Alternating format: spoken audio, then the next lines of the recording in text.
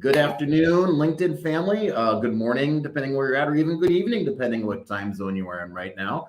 The ever sporadic showing of Coffee with Bob is back. We haven't gotten on a regular schedule yet because of hordes of technicality issues today. It's ComEd here in Illinois has decided that it's going to turn the power off in our neighborhood while they fix some kind of transformer.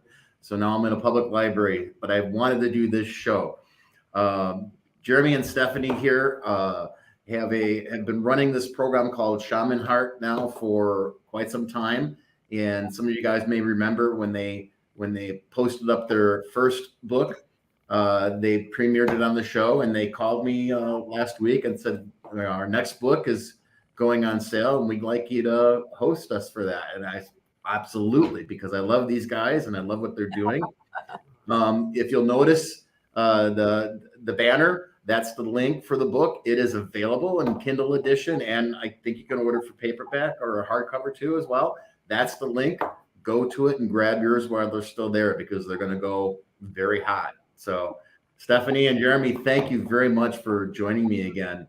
I really want you guys to talk about the book, because the first book was just filled with amazing inspirational and transformational stories. And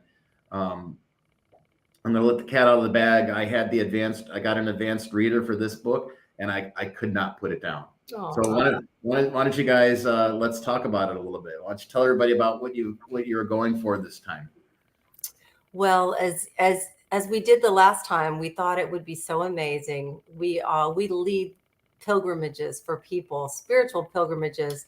And so we gathered 25 authors. These were all leading teachers and, people in the field of healing arts. And they all came down to the pyramids of Teotihuacan, and we led them on a power journey over a week with our publisher from Brave Healer Productions, Laura DeFranco. And really the idea for this book was that at some point in most of our lives, each of us in some way had to acquiesce our authenticity, our fullness of who we are. Something might have happened. Someone might have said something. It might have been the energy of our family. Many times we come by these things honestly don't even realize that something might have happened. But at some point, we're not fully engaging the fullness of who we are and feel the faith and the power to step into who we were born to be. And so this journey was about the inquiry and the initiation of asking what was keeping us from fully showing up with who we were born to be, and in our power, in our love, in our joy, in our passion, in our purpose. And so all the authors went home after the journey, and they wrote the story that they felt most called to, share their experience of how they empowered that younger part of themselves, And so Jeremy and I wrote a powerful point that we wanted to share, but we're getting amazing reviews from the book, and so appreciate you, Bob. Yeah, thank you. Yeah. It's an amazing piece of work, I have to say. If not better than, as good as the first book, right? I personally think it's better than the first book, right? At least for me, from being a budding writer myself, I loved seeing all the different styles throughout the different writings. But what was really cool is that you could feel the transformation. You could feel the genuine journey that these folks were going through. Talk a little bit about that. Well, it was just first of all, it was a project or a teaching that's very near and dear to us. Over the last, of course, we're adults. We've been in life for a long time. And over the last 5 or 6 years has been a real process of us coming into our authentic sovereignty. And so for me, this idea of sacred rebel, we all are longing for sovereignty. We all have a desire for sovereignty. And so often when we hit our teenage years, it starts to rear up. And that's the moment where, for whatever reason, like Steph was saying, safety, society, expectation, we kind of acquiesce or we surrender our sovereignty. But what I've discovered after working with people for so long is each person will find it somehow, some way that longing for sovereignty will show up. In my case, it showed up around my addiction. And I think in many people's cases, it can show up in a shadowy, distorted, kind of destructive way, because that person, for whatever reason, moved away from that sovereignty or wasn't empowered within themselves or themselves. I mean, very indirectly, even with our daughter, it's real easy to disempower what she's feeling. One, especially when they're younger, we look at the world through adult eyes, not through the child's eyes. So we would say things like, "Oh, there's nothing to be afraid about," right? But they're afraid, right? Instead of saying, "Hey, you know what, little Johnny, I know what it means to be afraid. I know what that feels like," right? And so that is empowering those feelings. And so from all the years of work, we have discovered that people, it comes out in distorted ways. And so this journey really was bringing these 25 people together that are all different places in their lives, different. Some are full-on teachers, some are stepping into being teachers, and really going through the journey at Teotihuacan, but also the journey of writing. And as you said, this book is amazing that they blew us away with how vulnerable and in-depth, and at the same time, how they taught how they really made their rebellion sacred. So like where I started, the last 4 years, even with our company, Freedom, Folk, and Soul, has been a journey for us in really stepping into our sovereignty. And there's risk, right? There's risk when you begin to be authentic in the world, in a world that in some ways wants us to be the same, right? To follow. And so this book is story after story of, and like you said, different ways in which people wrote, but them kind of stepping into their sovereignty. And our hope is that it will inspire each person reading it to look at, well, where am I not really being my authentic self? Where am I not living the life that's truly mine? And yeah, it's different than the first one, and it's amazing. Yeah. Well, it certainly does get you thinking. It really does. At least it got me to thinking. Why don't you explain to everybody? And I'm gonna butcher the word. Why Tutankhamun? How do you say that? Teotihuacan. Teotihuacan. Yeah. Why that location? What's so special? Talk about how special that is and what it does. Well, there was a book that Jeremy and I are both Toltec teachers under the lineage of Don Miguel Ruiz. He wrote a very popular book, a synthesized spiritual, how to live a great life, called The Four Agreements, that is renowned world over. And we were students and apprentices under that lineage. And he supposedly awakened this vortex within this ancient city and created a pilgrimage called the Initiate's Journey that we lead. And so it really takes a person at any point in their life. And most of the time we come to these places at some kind of crossroad, in our life. And it could be, we've turned a certain age and all of a sudden we see, we have less life in front of us, or a divorce or an illness, or we just want to live more presently. We just want to be present. And so people come and they take the Initiate's Journey with us. And it is laid out as a map of transformation. It takes you lovingly back through what we call the medicine wheel of your life. All the places in your life where you might have gotten hooked up or made these agreements with yourself that, you're not worthy, or who do you think you are? Or why would you even consider that? And it really helps to, it's an initiation to bring people through this experience. And quite literally, we call it, rebirthing your life. You come through so much, you make so much peace with things that were lingering that you may or may not even have been aware of.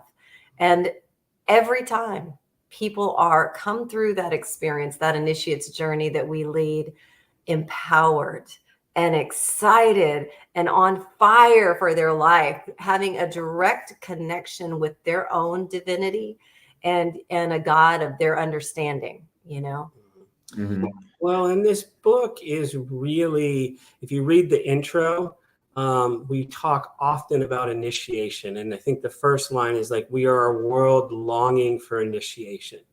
And as a society, we've moved away from that initiation, that hero's journey, of really sovereignty, right? The young boy has to leave and maybe go hunt the lion or whatever. The process in which he has to separate from mom, and go, I'm a man now, right? And becomes a man, or a vision quest, or whatever it is. And so that's one of the areas in which I think we lack that authenticity, or lack that sovereignty, or acquiesce. And so the book is really 25 people's journey of initiation. And Teotihuacan is really laid down like that. It is a journey of initiation where we can kind of step back into our childhood, what's not working, what's working, and really take a leap of faith, right? Yeah. Into, hey, maybe there is something better than what I've been living. Or is this as good as it gets? I mean, some people come in crisis, to us and are like, I know this is not as good as it gets. But some people are like, my life's good, it's okay, but I think there's more, right? And so it's just a beautiful map, vortex. And we do initiations and journeys and classes all over the United States. We have a trip to Egypt this year, Africa next year, Peru, doing another author's journey, the third book, to Peru in 2024. Wow, very cool, amazing. Well, what I found so really genuinely very interesting about this book, as well as the other book, but about this book especially, is that the variety of authors that you have, right, of telling their stories, 25 different stories. That's no means feat to put in a book, right? 25 different voices, but all kind of going through a similar type of transition, evolution. You could tell in the writing. It's really amazing. When you were putting this together, did it just kind of happen that way, or did you specifically seek out writers that would be kind of following that similar type of journey? Well, we work with a lot of people through our work with Freedom, Folk, and Soul. So a lot of the people, some of the people that are authors on this book have been students of ours. They've been on these journeys. They've been, turning their life around. And so there comes a point, really, and it really is an initiation, when you just feel that, that they have become who they were born to be. And it is time to make that kind of visible in some way. And this initiation of not only going to Teotihuacan and taking the initiate's journey, walking on fire with Jeremy, and then going home and writing, authoring, owning their life, their story, and claiming it as an initiation, claiming it as their power, that which hurt them, that they felt, incredibly pained about, now turning that into their power and their love and their wisdom and their compassion. I wish I had taken a picture of before they came. And like last night, we did like a praying ceremony before the book was released. And it's like, they've changed. Yeah. They've owned their life. They feel pride and proud of who they are. It's amazing. Well, Go ahead. Go ahead, Jared, please. There's a little bit of like when we set an intention or we have intent to do something like this, and we have conversations with each of the people, to make sure that this is the appropriate time, this is the appropriate thing. But also like intent, the universe brings the right people, and then we show up on this journey. And as we take this journey, I don't know if you've ever been in, groups of people or containers, spiritual containers. There's an energy that happens within the container, and there's a what's the word I'm looking for? Like a theme that begins to take place. And so as we're traveling through the whole week, and so it really did show up in this book as like this really underlying theme. And it, Nice. the whole process. Yeah. So I'm going to put you guys both on the spot right now. Okay. Because a book, at least from my experience, I've only been published in short story anthologies so far, and I've been working on a novel forever. But a book is almost something that you kind of birth out, right? And when you have, I don't know how many kids you have, but I've got 3 kids and a couple of grandkids, and I tell each one of them, "You're my favorite within earshot." When I see them. And they're probably watching this now and they're going to call me on it. But out of the 25 stories, right? The 25 tales that you were not only helped bring to life, you were part of their journey. Pull out one that you really struck home for each of you. It may be different, but there has to be one that you want, "Oh, I'm so glad that this story got told." God, that's a tough one. Yeah, I bet it is. See, I know it's going to put you on the spot. So It hard. really is a tough one. It's really hard because we know these people. I have to say, Right. like Heather Westling, we've been working with her for 4 years, and she wrote her experience that when she was incarcerated, and this came from trauma. So often the pain and the things, the blockages that happen in our life they come from trauma. And so she's really excavated her pain and her truth and her childhood. And when she shared this story, I could just feel the internal chains just coming off. And her story is so important because, uninitiated pain, unspoken pain, trauma has to find a way to express itself. And normally, most of the time, that happens in destructive ways. So here is a woman that took responsibility and transformed it and then wrote it. She is just such an advocate for, humanity and for what is possible, That's a good one. Yeah. Well, and God, Bob, I really can't say. Like, different ones spoke to me for different reasons. Yeah. Right. Yep. Heather's, for instance, like I've known Heather, so there was like her to get it on the paper. What I was really blown away with was the art in which each person wove into their story, the teaching. And I know we have the medicine at the end of it, which is like an opportunity for people to do something right then and there to move more and more towards the goal. But I was just really struck by the mastery, and I was humbled by the way in which people wrote and the teachings that came across. And so it really is hard for me to even put, I read it cover to cover when we got it, and it was like, whoa, from one story to the next. Yeah, and like every one of them, and we've gotten so many reviews from people, like as our friends, they're like, yeah, I'll read it, and they opened it and they couldn't put it down, and they saw themselves in every story. I felt myself in Seth Rohr's story, like being a teenager, like, this is my parents' faith was not mine, and I really had to step forward, and find my way. And the way he wrote that while still respecting his parents' traditions and faith was just amazing. Ruthie Souther, having devoted herself to an organization for 15 years and not being respected, and seeing the pattern of disrespect that she'd had in her, marriage and in her life, and then making that her sacred no, like, and leaving that, and learning and growing. And now she's like an amazing teacher, Tina Green. And Daisha's story really got me, is her reverence for the world that's happening around her as it reflects into a spiritual meaning. Mm-hmm. Right?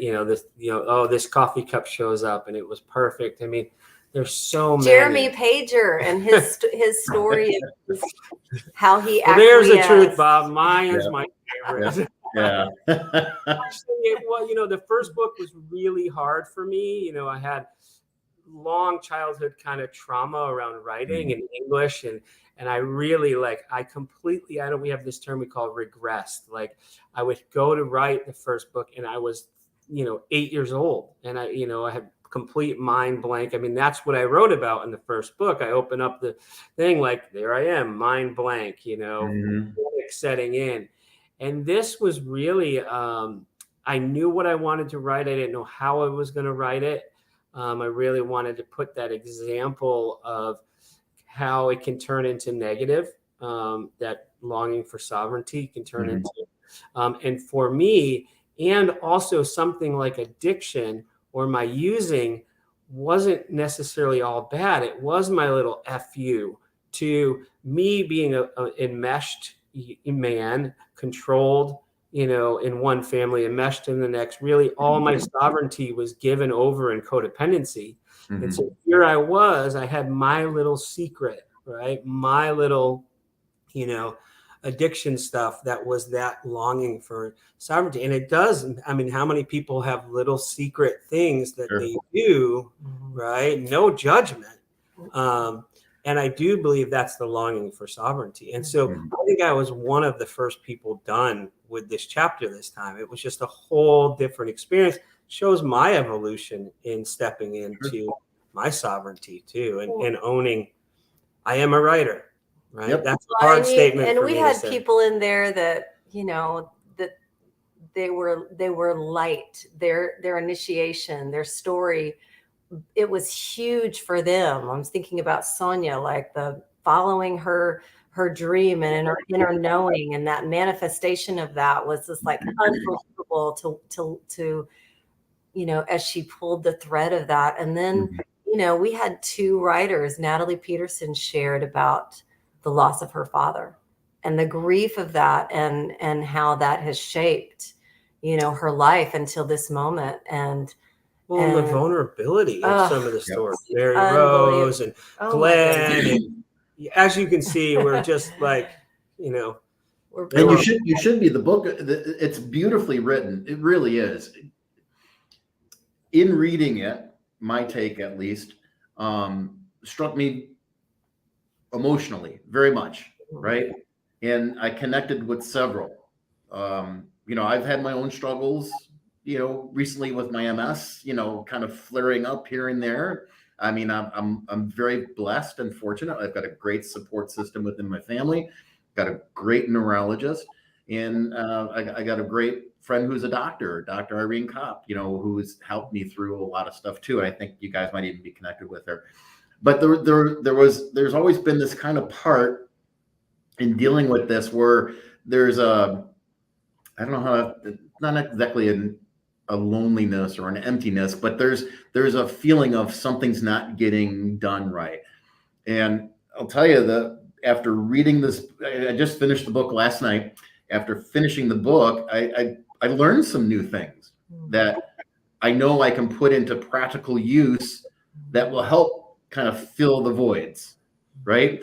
And reading about how all these other folks went through to fill their own voids, right? To continue to evolve is just so inspiring. And I mean, hats off to you guys for pulling this together. Well, really. Thank you. In the work that we get to do, I think for me as an only child growing up in the Texas Hill Country, I always felt alone, and that aloneness birthed a lot of creativity. And I'm a great dreamer, and I do create a lot of things, but I always felt alone or lonely. And, being in these communities and doing the work that we get to do with people that's really about being vulnerable, we find out over and over again every day that we are not alone, and that when someone else shares their truth, their pain, their trauma, their joy, and we get to witness and walk with them and they with us, it's like, now this is what life is about, Mhm. you Yeah. know? So thank you for sharing that, because we really say you are not alone. And that is really, ultimately, we hope people feel that in this book, that they feel less alone and inspired. Mhm. Well, anyone reading this will absolutely get that feeling, without a doubt. I can't recommend this book and your first book Thank you. very much. Well, thank you. I'm sorry, Jeremy, I cut you off. No. You didn't. You didn't. Okay. Yeah. All right. Well, I really appreciate you. I feel so blessed and honored that you guys decided that you wanted to premiere this book, or at least announce this book on my show. I am forever touched by that. And I mean, there's more things that we need to talk about, but I'm trying to keep things down to a half hour, because we know people are dropping off after that. It's coffee with Bob. Yeah, and it's it's the middle of the afternoon. It should actually be bourbon with Bob right now. But I do want to talk about one real quick thing. Stephanie, you have gotten the rights to sing some new music, right? Yes.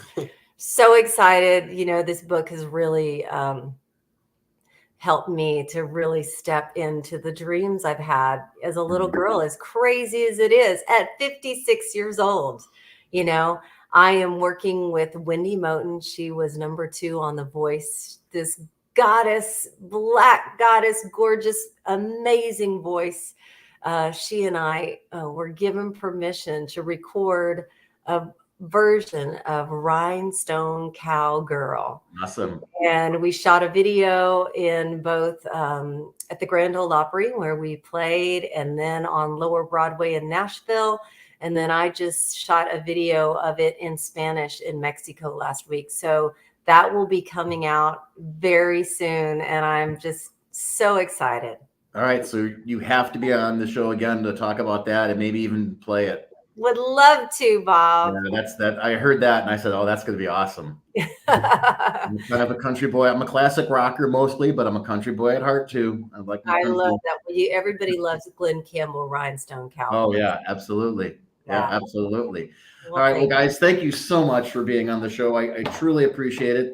And I think one of the things that I would like to do is have another show where maybe we did this once before, right? We had couple of your authors from the first book and you guys, and we talked a little bit about their experience. I really would like to do that again, if we can, with this newest one, if that's okay with you guys, because I think that's great. And I wouldn't even mind doing a table read or two.